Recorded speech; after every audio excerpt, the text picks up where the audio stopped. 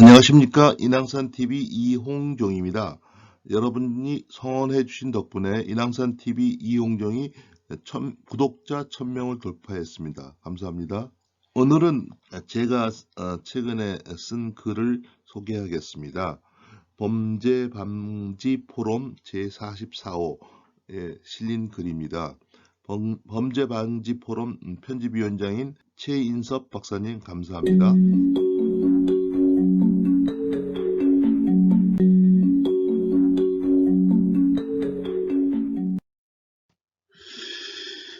조 바이든 미국 대통령은 지난 3월 3일 발표한 잠정 국가안보 전략을 통해서 중국을 유일한 경쟁자로 규정하며 미중 패권 경쟁 본격 시작을 알렸다.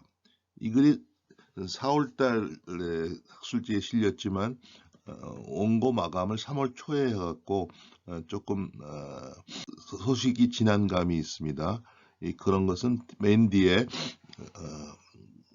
이홍종 이슈 저격에서 업데이트 해보겠습니다. 반면 북한에 대해서는 구체적인 언급을 자제했다. 바이든 행정부의 외교 정책에 있어 북한 사안이 후순위로 밀린 게 아니냐는 관측이 제기되었다. 잠정 국가안보 전략에서 바이든 대통령은 취임 이후 처음으로 북한을 언급했다. 단 횟수로는 2번에 그쳤다. 북한 문제가 바이든 행정부 외교 정책에 있어 최우선 순위는 아니라는 게 팩트이다. 바이든 대통령은 중국, 러시아, 이란, 북한 등을 위협 주체로 규정했다. 이란과 함께 북한을 거론하며 판도를 바꾸는 능력, 이거는 번역이 좀 그런데 하여튼 부정적인 의미죠. 능력과 기술을 계속 추구한다고 했다. 이어 미국의 동맹국가 우호국을 위협하고 영내 안정에 도전하고 있다고 평가했다. 바이든 대통령은 중국에 대해서는 15번 언급했다. 특히 안정적이고 개방된 국제체제에 지속적으로 도전하기 위해 경제, 외교, 군사력, 기술력을 총동원할 수 있는 유일한 경쟁국이라고 했다. 대중국 견제 전선 국측에서 핵심 고리 중 하나인 민주주의를 언급하며 관련 국가의 협력을 강화하겠다고 강조했다.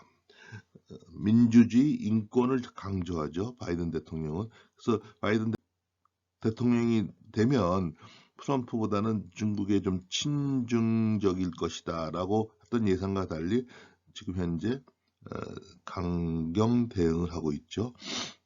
그는 중국의 도전에 대응할 것이라며 불법적 무역 간행, 사이버 절도, 강압적 경제 간행 등에 맞설 것이라고 했다. 또 홍콩, 신장, 티베트 등 중국의 아킬레스건을 언급하며 민주주의, 인권, 인간의 존엄성을 옹호할 것이라고 목소리를 높였다. 이 홍콩, 신장 등의 민주주의, 인권 이런 것이 트럼프 행정부와 다른 점입니다.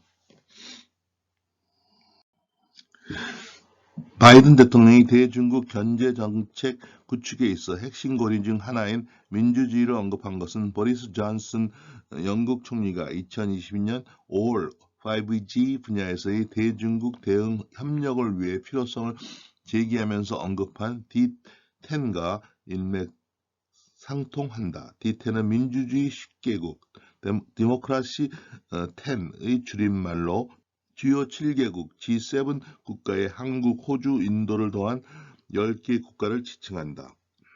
D10에 대해 회원국 간의 긴밀한 협력이 가능해져 민주주의와 세계 평화에 이바지할 수 있을 것이라고 평가도 있다. D10과 달리 쿼드에 있어서는 한미 간의 협력이 잘 되고 있지 않다. 쿼드에 대해서는 인왕산TV 이용종에서 따로 방송한 적이 있습니다. 한번 참고하십시오. 쿼드는 인도-태평양 전략의 당사자인 미국, 인도, 일본, 호주 등 4개국이 참여하고 있는 비공식 안보회의체로 미국, 인도, 일본은 매년 말라바르 합동해상훈련을 실시하고 있다. 이 훈련은 미국, 인도 주도로 1992년부터 시작되어 주로 인도양이나 아라비아 해 등에서 열리고 있으며 2015년부터는 일본도 참여하고 있다. 특히 2017년 벵골만에서 실시한 연합훈련의 경우 미국과 인도는 항공모함을 파견했고 일본은 항공모함급으로 불리는 대형 호위함 이즈모를 참가시킨 바 있다. 스티브 비건 미 국무부 부장관이 2020년 8월 30일 하상으로 열린 미국 인도 전략적 파트너십 포럼에서 쿼드를 네이토와 같은 다자 안보 동맹으로 공식 기구화하겠다는 뜻을 밝혔다. 여기에 한국, 베트남, 뉴질랜드 등 주변국 참여를 토한 기구 확대 강화 방침 쿼드 플러스도 내비치면서 주목을 받은 바 있다. 그러나 쿼드 플러스 참여에 대해 문재인 정부는 소극적인 반응을 보였다. 강경화 전 외교부 장관이 그런 반응을 보인 적이 있죠. 최근에 정의용 외교부 장관도 비슷한 반응을 보였습니다. 미국과 중국의 전략적 이익이 교차하는 동아시아 지역에서 한국은 잘하고 있는 것인지, 한국은 미래 전략을 어떻게 짜나가야 할 것인가, 미소 냉전이 종식된 지 20여 년이 지난 지금 세계는 새로운 질서의 등장을 주시하고 있다. 바로 미국의 상대적 쇠퇴와 중국의 부상이다. 유일한 초강대국으로 군림하고 있는 미국은 중국이 부상하는 세계에 대해서 어떠한 전략적 로드맵을 가지고 있는가? 미국의 패권 전략은 군사력, 경제, 에너지, IT 등 크게 네 가지로 볼 수 있다. 네 가지 모두 양적인 면에서 중국이 부상하고 있지만 질적인 면에서는 미국의 패권 지석을 100년 이상으로 보고 있는 전문가가 많다. 에너지는 세일가스 혁명으로 크게 앞서 나가고 있다. 핵무기에 있어서 공격 수단은 비슷하다고 볼 수 있습니다. 미국이나 러시아나 중국이나. 근데 방어 수단, 우주를 이용해서 우주 공간을 이용해서 방어하는 시스템에서는 미국이 러시아나 중국에 비해서 앞서고 있습니다. 그래서 스트라테직 디펜스 이니시어티브라고 이거는 사진은 우주 공간을 이용해서 핵무기 방어 전략을 얘기한 것인데 레이건 때 나온 것이죠. 이것이 이제 미슬 디펜스 MD로 발전했죠. 그래서 그렇게 이제 미국이 앞서고 있기 때문에 그 MD나 스트라테직 디펜스 이니시어티브 SDI 이것에 대해서 전략 방위 구상이라고 그러죠. 이것에서 중국이 특히 민감한 반응을 보이고 있습니다. 시일가스가 미국에서 가장 먼저 상업적으로 개발될 수 있었던 이유는 발전된 채굴 기술과 인프라가 갖춰져 있었기 때문이다. 시일가스도 제가 인왕산 TV 이용정에서 따로 방송한 적이 있습니다. 한번 참고하십시오.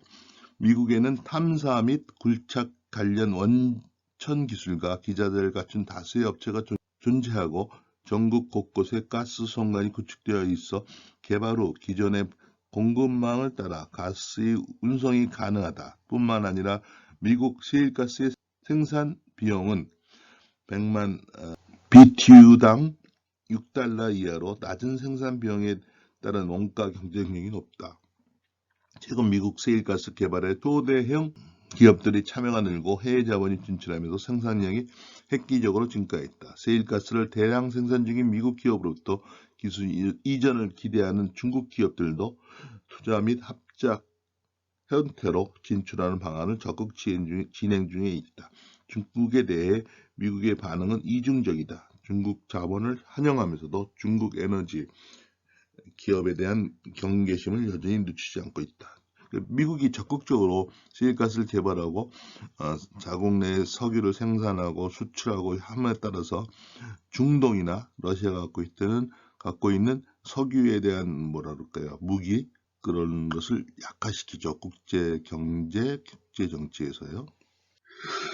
시일가스가 하는 것입니다. 이 시일가스를 하려면 물이 많이 필요하다고 그래요. 그래서 중국이 매장량은 많은데 그 물을 공급하기가 좀 어렵고 기술적인 문제도 약하고 캐나다도 기술적인 면이 있는데 환경 문제에서 반대하는 사람이 많고 그런 상태에서 현재는 매장량은 다른 나라가 많지만 기술적인 면에서 미국이 앞서고 있어서 셰일가스 혁명이란 말을 쓰고 있습니다. 바이든의 중국 정책은 트럼프 때와 달리 친중적일까? 현재는 예상과 달리 강경한 태도를 보이고 있다. 중국은 미국 바이든 행정부의 미중 관계를 회복시키자는 메시지를 발신하면서도 핵심 이익은 양보할 수 없다는 입장을 분명히 했다. 왕이 중국 외교 담당 국무위원 겸 외교부장은 지난 3월 7일 전국인민대표대회 전인대라로죠. 연례회의 기자회견에서 미국을 비판하면서도 대립보다 협력의 무게를 실었다. 왕이 부장은 지난 2월 22일 란팅 포럼 연설에서도 대화를 통한 관계 개선을 원한다는 뜻을 분명히 전한 바 있다. 그는 이날 중국은 미국과 함께 중미 관계의 건강하고 안정한 발전을 실현하고 싶다고 밝혔다. 그는 사회제도가 다른 두 국가로서 미중 양국의 갈등이 불가피하며 세계 2대 경제 대국으로서 양국이 경쟁하는 것은 이상할 것이 없다고 말했다. 그러나 왕 부장은 관건은 양국이 솔직한 소통으로 갈등을 관리하고 전략적 오판을 막아 충돌을 피하는 것이라면서 공정과 공평의 기초에서 양성 경쟁을 해야 하고 서로 공격하거나 제로섬 게임을 하는 것은 아니어야 한다. 고 강조했다. 그는 다만 미국이 미중 협력에 대한 각종 불합리한 대안을 조속히 풀고 더 이상 인위적으로 새로운 장애를 조성해서는 안 된다고 요구했다. 이건 시진핑의 생각하고 비슷하죠. 마찬가지겠죠. 시진핑이 탱샤오핑이 힘이 더 기를 때까지는 참고 기다려라 라고 한 얘기를 했었는데 도강량해죠. 시진핑이 궁극굴기란 말을 쓰면서 새로운 대국 관계를 형성하겠다라는 얘기를 한 것이 지금 왕 부장의 이 얘기랑 맞습니다.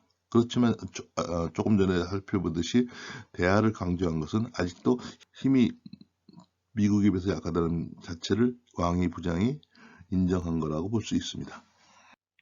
양제스 공산당 외교당당 정치국원이 상당히 중요해요. 중국에서는 정치국원이 이제 시진핑이 있지만 그 밑에 정치국원이 6명인가 있나요? 그래서 그 사람들이 중국을 지배하고 있죠. 그 사람들의 부패 같은 것도 문제가 됐긴 했지만요. 또 양제지가 실질적으로 외교에 있어서 파워가 있는지 아니면 왕위가 있는지 다시 한번 제가 전문가에 물어보겠습니다.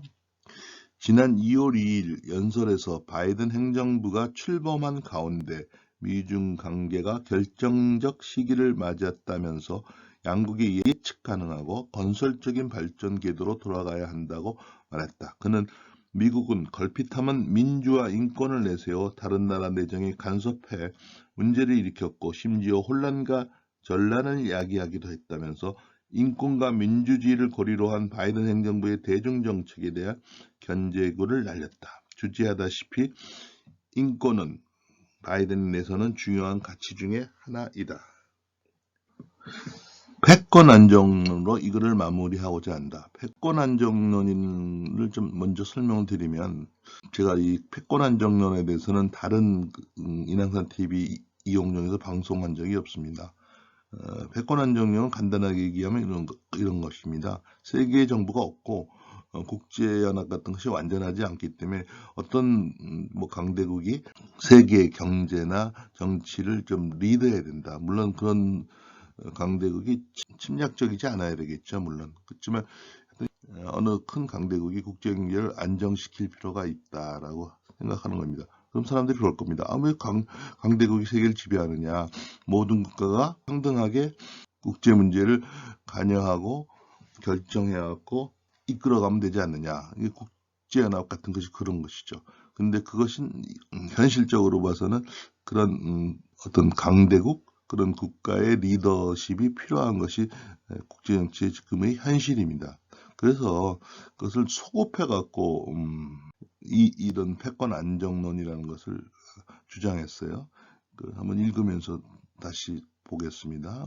패권 안정론에 의하면 세계 정부나 완전한 국제기구가 없는 상태에서 강대국에 의한 선의의 리더십이 국제경제나 국제정치를 안정시킬 수 있다라고 보는 것이죠. 제2차 세계대전 직후 금태양까지 실시한 정도의 미국의 패권이 2차 세계대전 직후에 미국이 금태안을 실시했습니다. 뭐 1970년대까지 초까지 했으니까 상당히 오래 했죠. 그러니까 달러 갖고 오면 금을 다 바꿔준다. 금으로 바꿔준다. 그래서 이제 미국이 이제 위험 부담을 갖지만 달러를 세계의 기축통화로 하고자 했던 것이죠.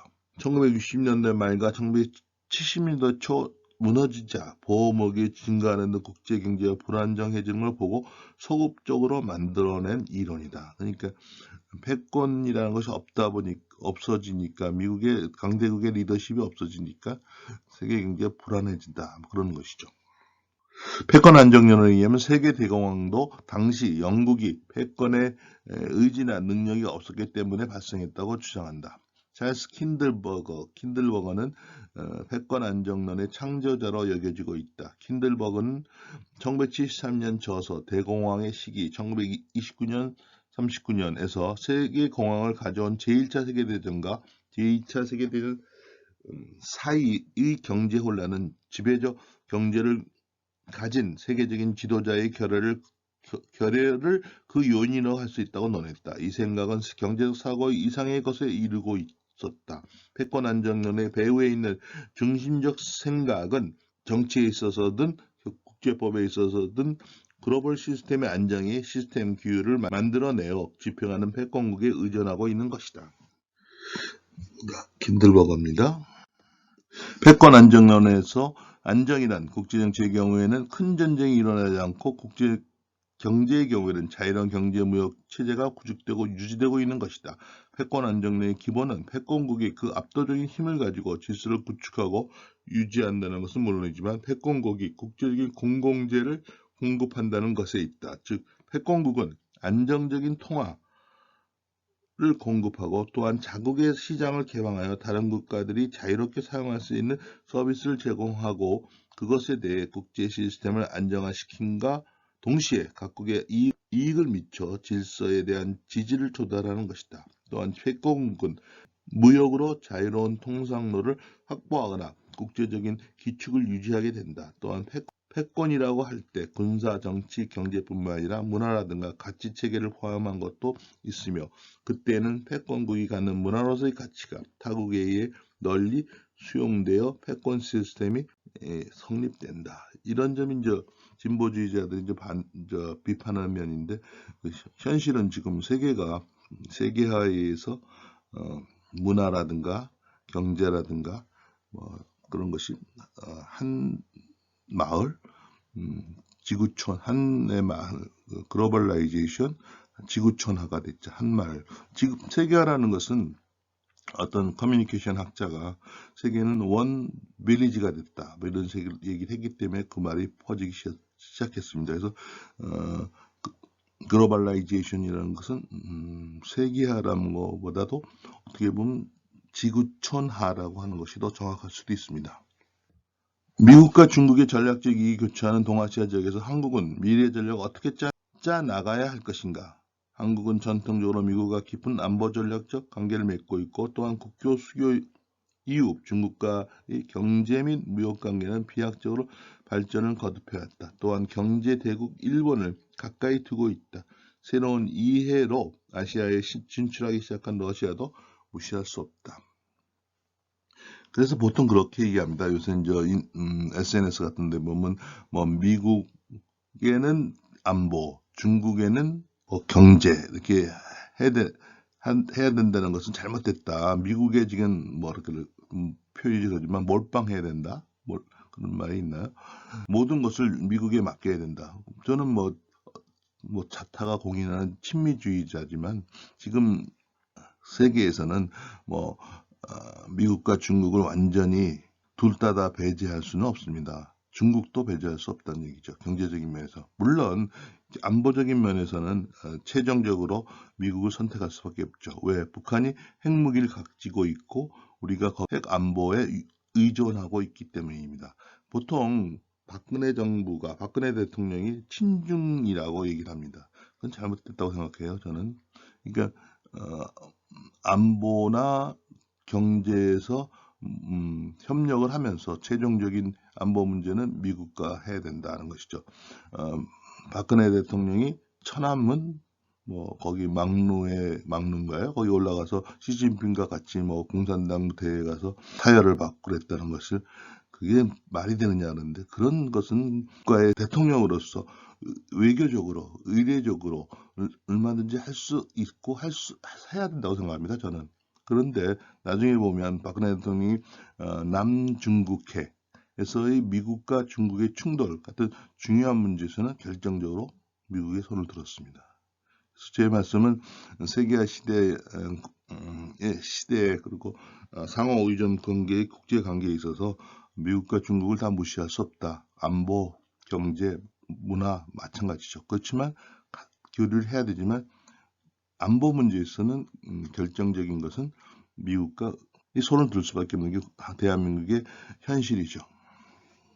여전히 분단된 상황에서 한반도의 긴장과 대립은 조차로 출구를 찾지 못하고 있는 형국이다. 이처럼 강대국에 둘러싼 우리의 현실을 고려할 때 향후 국제 질서의 향방을 진단하고 적합한 전략을 마련하는 것은 국가의 운명이 달린 중요한 문제이다. 우리가 가야 할 길, 정답은 명확하다. 국제통상 등 경제는 세계화와 상호 의존이고 국방안보는 한미일 공조이다. 제가 얘기한 것을 이제 간략하게 설명한 것입니다. 가장 큰 이유는 북한이 유엔 등 국제사회의 우려와 권고에도 불구하고 계속 핵무기를 고도화하고 비핵화하지 않기 때문이다. 우리는 냉혹한 국제정치 현실을 직시하고 국가안보를 챙겨야 한다. 왜냐하면 국가안보는 대한민국의 생존의 문제이다. 이 중앙일보의 사설은 4월 30일, 7전이죠. 예, 바이든 대통령이 미국 상하원 합동회의에서 연설한 것에 대해서 중앙일보에 사설을 쓴 겁니다. 문재인 대통령은 5월 한미 정상회담에서 난제가 산적해 있다. 미중 사이에서 누구 편에 설 건지, 북핵을 어떻게 해결할지, 한일 관계 개선 의지는 있는지 같은 날선 질문들이 쏟아질 것이다. 게다가 문 대통령은 국민의 사활이 걸린 백신 확보와 반도체 문제에서도 바이든의 협조를 구해야 할 다급한 처지다. 문 대통령은 정상회담 개최 전까지 미국을 자극하는 발언은 자제하고 바이든을 설득해 국익을 관철할 방안을 차분히 준비하는 것이 옳다. 그래서 경제는 물론이고 아까 말씀드린 대로 안보 문제에서도 미국과 중국과 협력을 해야 되지만 결정적인 문제, 지금 백신 확보라든가 반도체 문제가 급박하죠. 거기에서는 미국의 도움을 받을 수밖에 없죠. 이게 4월 30일 날 바이든 대통령이 미국 상하원 양원 합동회의에서 연설하는 것입니다. 하원 의장도 그렇고 부통령도 여자다라는 것을 신문에 나왔더라고요. 여러분 감사합니다. 한절기에 건강하십시오.